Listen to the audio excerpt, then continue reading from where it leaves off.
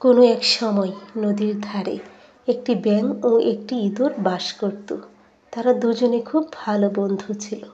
প্রতিদিন ব্যাঙ ইঁদুরের সাথে দেখা করতে আসতো।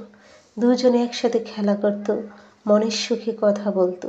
একদিন ব্যাঙ ইঁদুরকে বলল, আমার ঘরে আসো। ইঁদুর ব্যাঙকে বলল, কিন্তু আমি তো সাঁতার জানি না।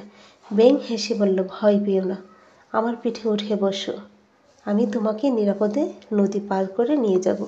এই কথা শুনে ইঁদুর খুবই খুশি হলো এবং ব্যাঙের পিঠে উঠে বসলো।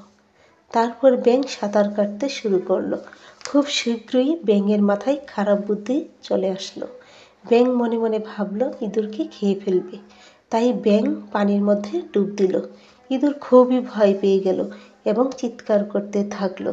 ঠিক ওই সময় একটি বাজ পাখি আকাশে উড়ে যাচ্ছিল। ইঁদুরের চিৎকার শুনে বাজ পাখি নিচে নেমে আসলো। তারপর ইঁদুরকে ধরে নিয়ে গেল। ইঁদুরটি ছিল বাজ পাখির ঠোঁটে, কিন্তু ব্যাঙটি ছিল ইঁদুরের সাথে বাঁধা। বাজ পাখি ইঁদুর ব্যাঙ দুটোকেই তার শিকারে পরিণত করলো। ব্যাঙ খুবই দুঃখ পেল এটা ভেবে। সে তার বন্ধুকে হারালো এবং তার জীবনটাও হারালো তার খারাপ বুদ্ধির কারণে।